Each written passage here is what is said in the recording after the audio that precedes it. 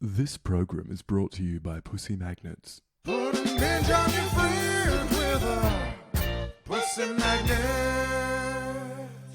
Welcome, my lovely lumps. Or should I say lovely labs? I'm so thrilled to have you here in the Labia Lounge to yarn about all things sexuality, womanhood, holistic health, and everything in between. Your legs. Can never help myself. Anyway, we're going to have vag loads of real chats with real people about real shit. So buckle up, you're about to receive the sex ed that you never had, and have a bloody good laugh while you're at it. Before we get stuck in, I'd like to respectfully acknowledge the traditional custodians of the land on which I'm recording this, the Menang people. It's an absolute privilege to be living and creating dope podcast content on Noongar country, and I pay respect to their elders past, present, and emerging.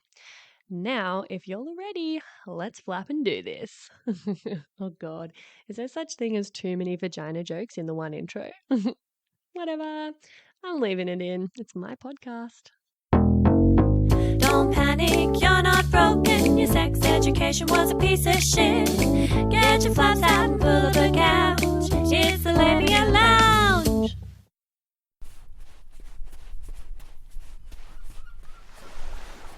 Ah, shit. Far out, woman. What's got sand in your clam now? Pew, pew, pew, pew, pew, pew. Send in my clam. Hey, my labial ledgehammers, welcome back to the lounge. I am welcoming Chloe Adriana back again for her second appearance. Welcome, Chloe. Thank you. So good to be back in the lounge, squishy and cozy in the labias.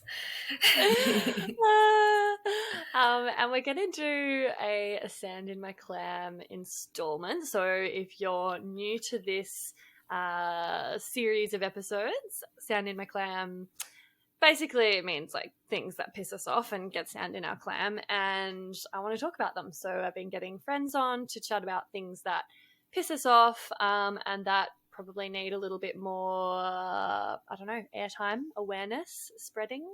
And so today we're going to chat about social media and the impact that the censorship rules have had on both of our businesses as sex educators and sex coaches. So I guess, Chloe, if you want to do a little mini spiel, if you guys haven't heard the first episode we did together, it's still one of my favorites. It was about dating and being single in your late 20s and 30s, and it was an absolute doozy. I still get people being like, oh my God, that was so relatable. Oh my fucking God, it was like you were talking directly to me. So definitely check that one out. There was some funny little anecdotes in there as well about something about a cum lord. But yeah, Chloe, if people haven't heard that and don't know who you are, do you want to just give us a rundown about you and your work?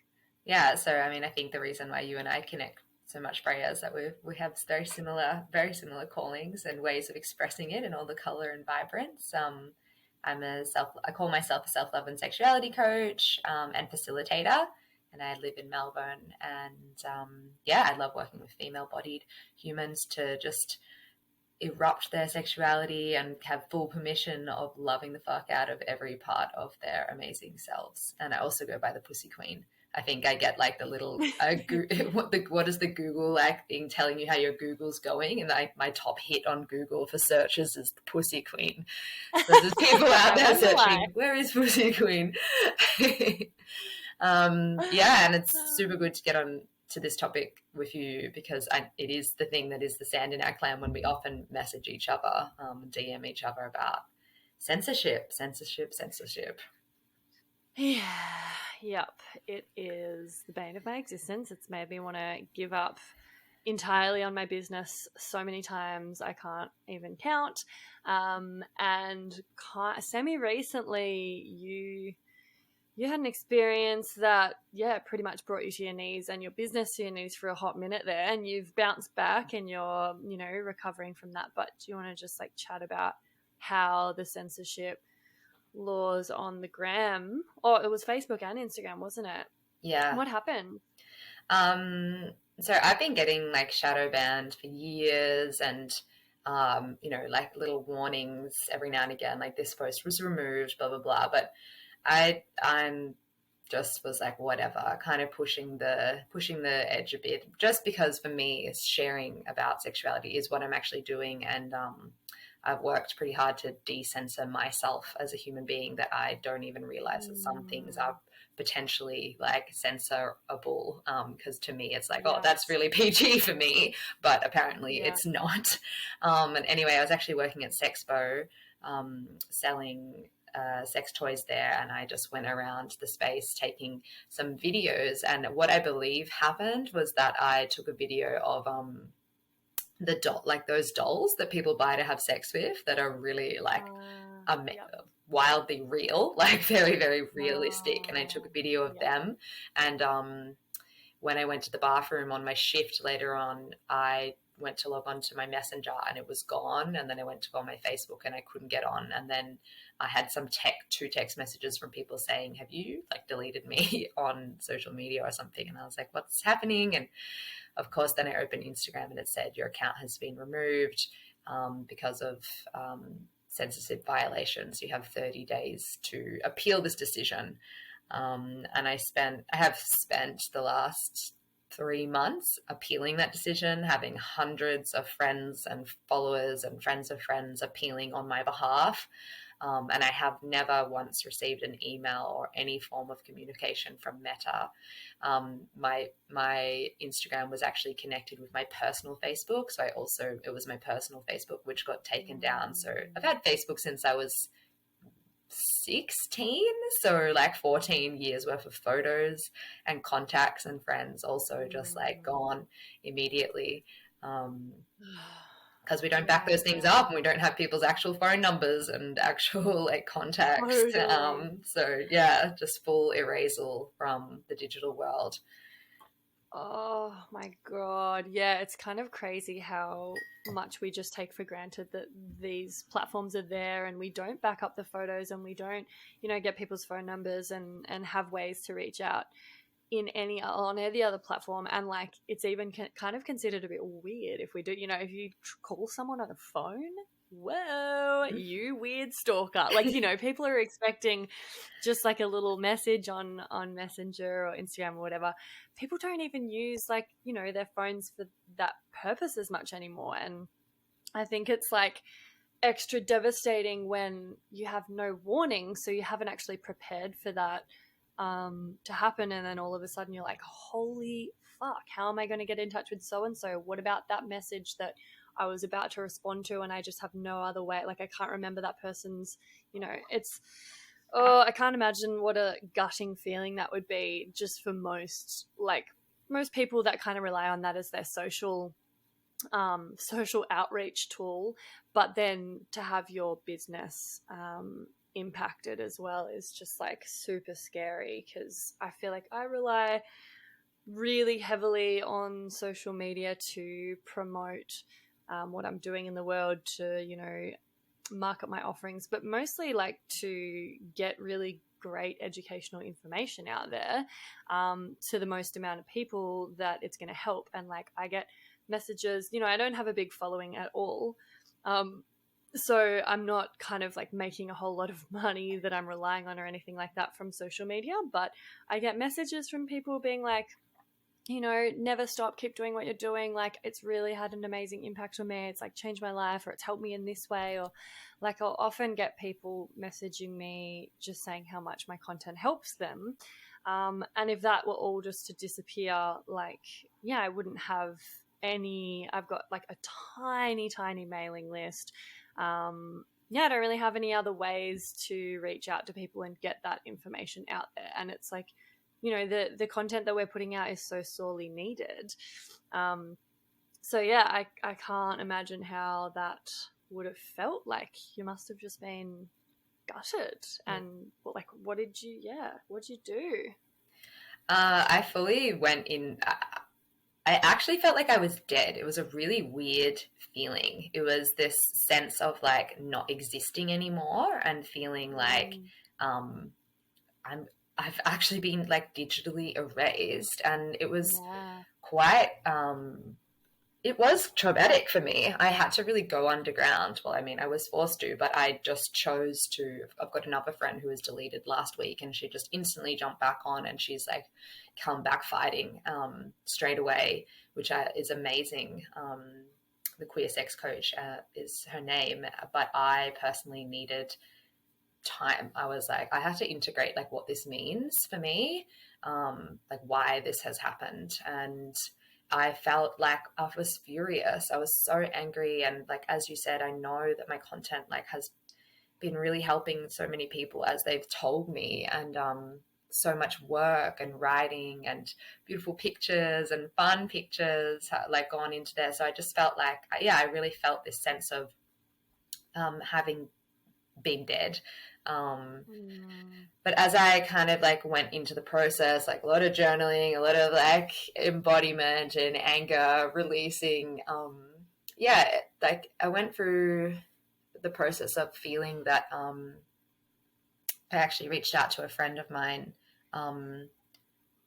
Dane Thomas, and said like, you know, it just feels I'm so angry at this fucking platform. I'm so angry at their like inability to like balance all of the, you know, soft porn pretty much that is going out there for the purpose of literally just aesthetic pleasing, which is great. Like I'm so happy for people to get to post sexy pictures of themselves, like who are really famous and have no repercussions, good on them. But there's no balance then of having people post things that are like explicit in a sense of being informative and educational. The balance is just like so skewed. I mean, I get people to go, if they don't understand, like, oh, people will say like, yeah, but maybe weren't you kind of asking for it a bit? And I'm like, go and look at accounts like that Dan Bilzerian, who like literally is sickeningly exploitive of not himself but of other women.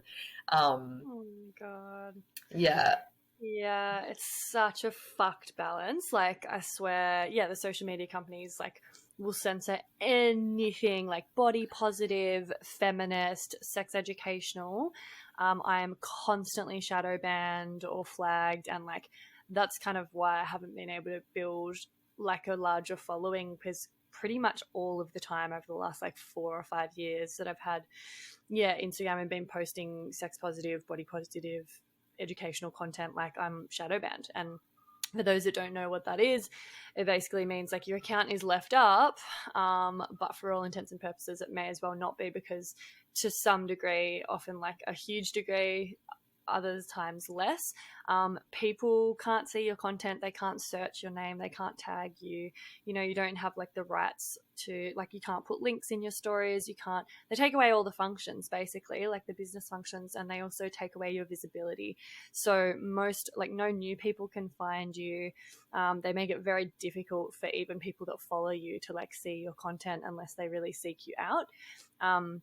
And then you look at, you know, the way that they continue to allow hate speech and misogyny and transphobia and racism and fat phobia and like all of this fucked toxic stuff, because it like serves them and it gets people to spend more time on there.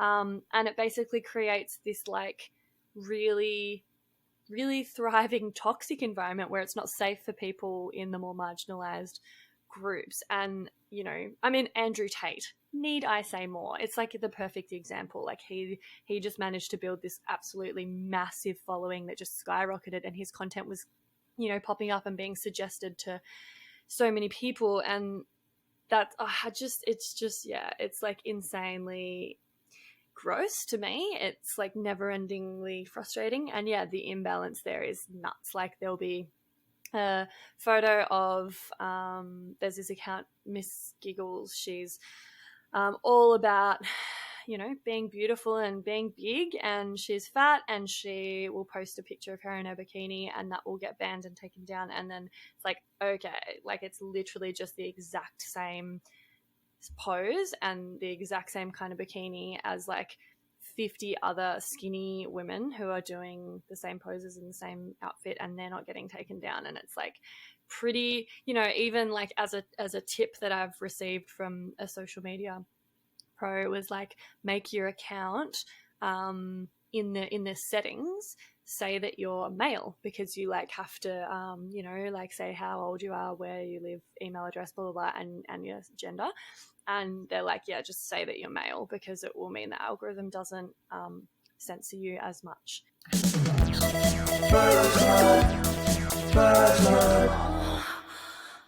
And I'm like, that is fucked. Like, there's such an imbalance.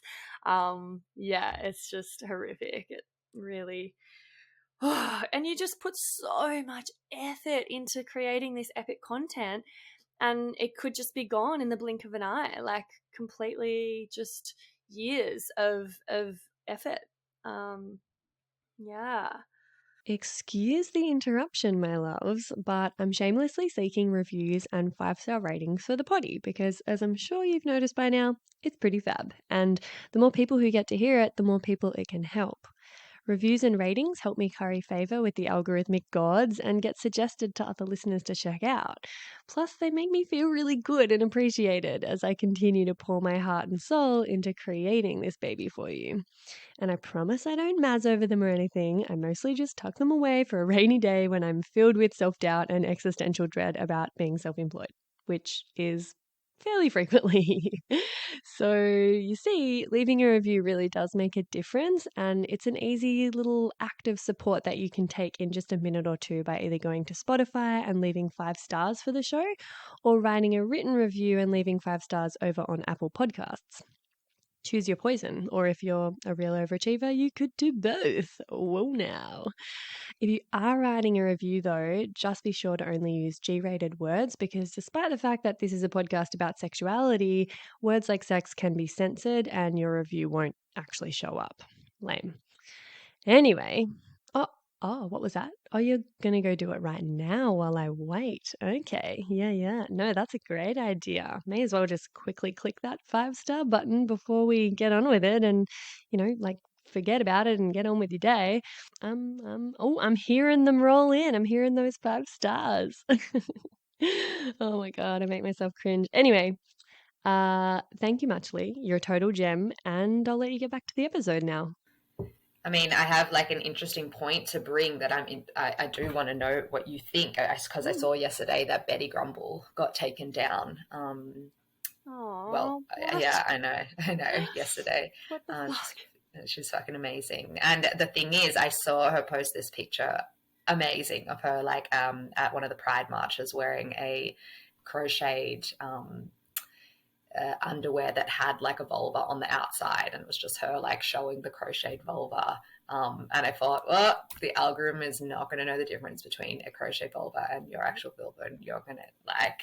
I almost felt like that judgment of like, watch out, be careful, because now I have this fear inside of me, and I've noticed that I am looking now at other people posting and being like, oh, be careful. But then I've had people reflecting to me like, oh, you've been putting some risky things up there considering you just got your account back, which is, for me, I've like, really, have I? But it's just like me in my underwear and me doing something which, as I said, like I don't even my brain doesn't conceptualize as being like risky, because it's just like that is so low key compared to how I do actually live my life, like walking around naked, my menstrual blood painted on me, and like whatever madness that I am getting up to in my regular life. But yeah, Dane Thomas, my friend, was saying to me, he's like, rather than this mentality that I had of like, fuck you, fuck the system, he's like, why don't you change the perspective to see that you've been given a free daytime slot on TV,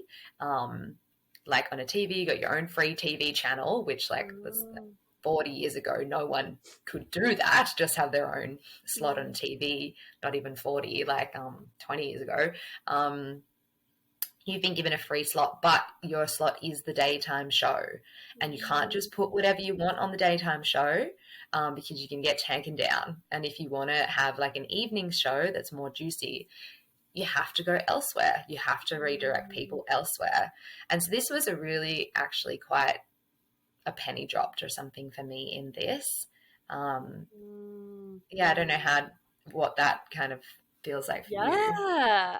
Oh, totally. I mean, one part of me is like, yeah, but my clients aren't children. Like, my clients are adults and the topic is sex. So, for fuck's sake, like, how am I supposed to, I feel very resentful that I have to change the spelling in any words that might, draw the attention of the algorithm, and like have to kind of like, censor my content and be so paranoid and so hyper aware of it.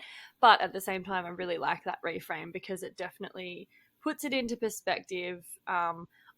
And yeah, I like it. I'm going to remind myself of that. The only thing is that it's just you're constantly reminded that you're being discriminated against and censored a lot more than other influencers and stuff, for instance, because you're on these platforms and you're seeing all of this content. And because now I'm so hyper aware of what would be censored if I posted it, I see other people posting stuff and I'm like, what? How the fuck are they getting away with that?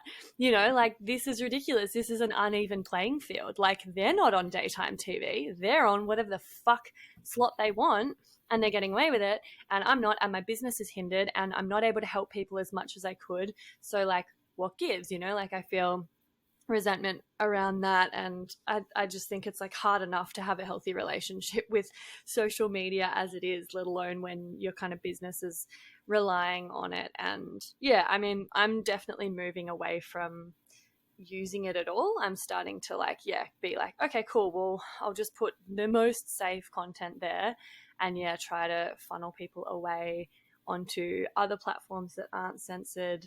But I'm kind of at a loss. I'm just like, I don't want to keep creating all this free content for like a billion different platforms and trying to make it work on, Sunroom or Freya, or there's all these different non-censored platforms, but it's like starting from scratch again on a new platform. I mean, I hate social media to begin with.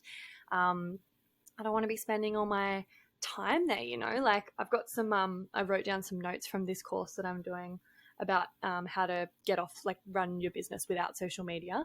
And it's like mind blowing, like the science and the results we're getting from studies around smartphone use and social media, because it's only 10 years old, smartphone use and having social media at our fingertips. Yeah, it's like only 10 years old. So the research is only just starting to actually show how damaging it is. But basically, social media has the power, like research is finding that it has the power to change both the structure and the function of our brains. Like, it affects short-term memory and long-term memory. It hinders your ability to think deeply, to focus, to absorb information, and to actually remember what you read and learn about. So like, you're going on there, you're reading, info and looking at content, not actually remembering or taking in any of it. And then it's also hindering your ability, like if you're studying or you're trying to remember other things outside of social media, you're going to have a harder time. It has significant mental health impacts, brings about neuroticism, higher levels of impulsivity. It affects your self-esteem, empathy, self-identity, self-image, gives you sleep problems and anxiety, stress, depression. Like, all of this stuff is pretty massive. Like, it sounds like just a list of side effects, but like if you look at each, stress, depression, anxiety, sleep, like these are fucking massive. And on developing brains, the negative impacts are even more profound and life-threatening. So like, teenagers and kids are at such a high risk. And the science is super clear about it. Like, there's no two ways about this. It is doing this to our brains, and yet we're all just still super willingly going. I mean, yeah, especially like businesses that feel like they're forced into using it because there's been this narrative of like, well, you can't run a business or get clients or market yourself without social media. Social media is marketing. Like, that's how most people kind of think these days.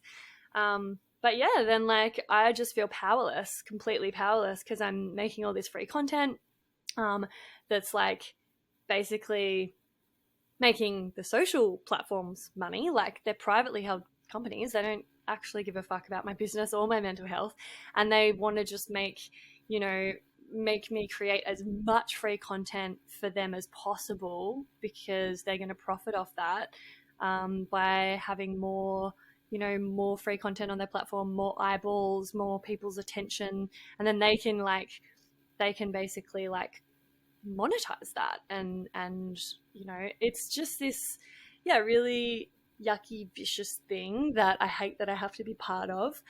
And then on the flip side, it's really helpful for some people, and I know that the content I'm creating is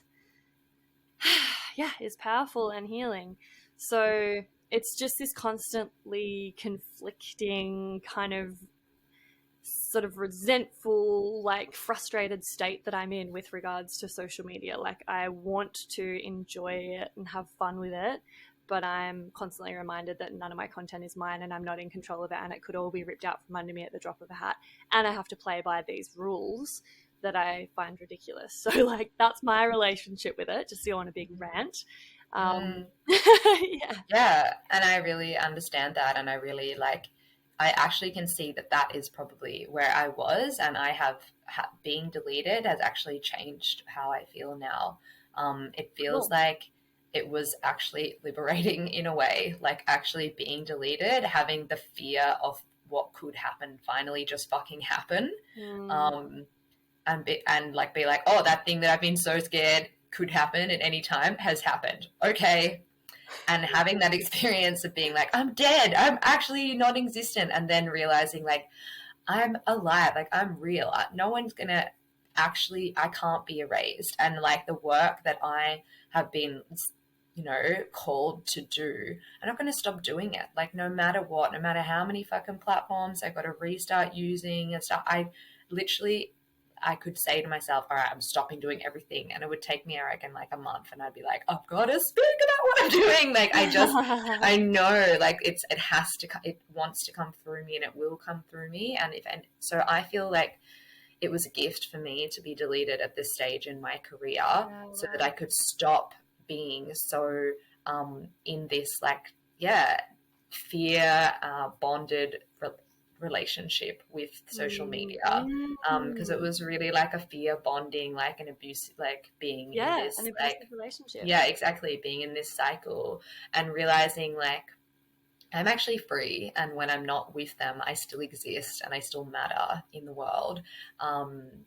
And yeah, now like I went onto YouTube and I was searching up people who do what I do on YouTube, and I found this woman who makes like 50-minute long videos, and I was thinking, fuck, who watches such long form content? Because, you know, TikTok's so popular and all these things that are just like short, as you're saying, like the attention span.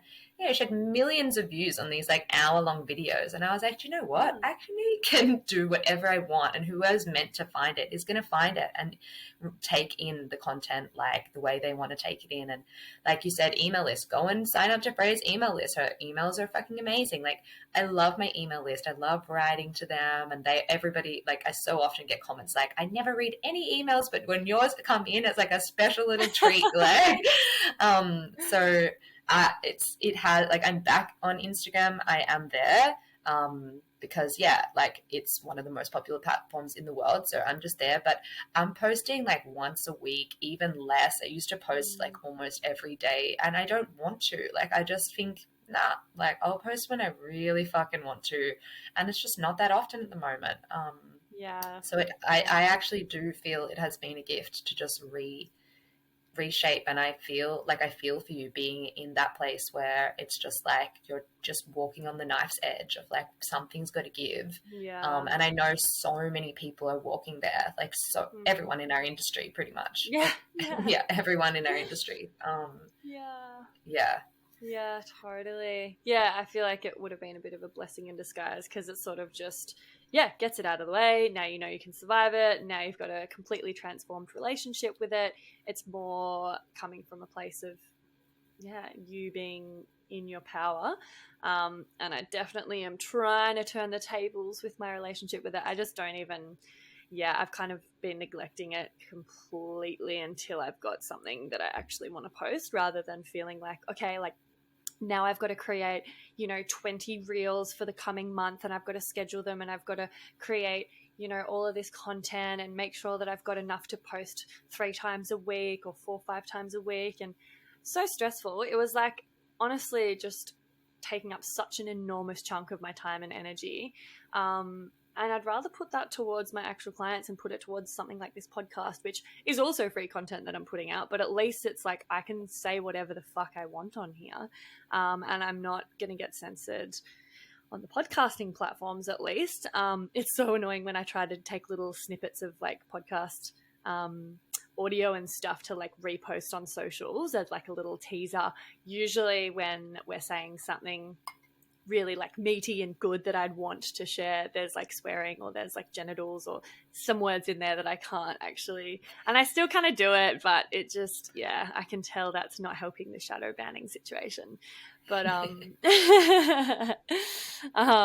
yeah, but I just maybe post once a week now, and it's mostly about this podcast, and I'm trying to make more. Actually, I've been making a lot more YouTube videos as well, because it's, yeah, I just feel like that's a little bit less of an abusive relationship, like the vibes, the feeling of it, and I've just taken the pressure off myself, because it's just not healthy, and ultimately I want to get off social media entirely.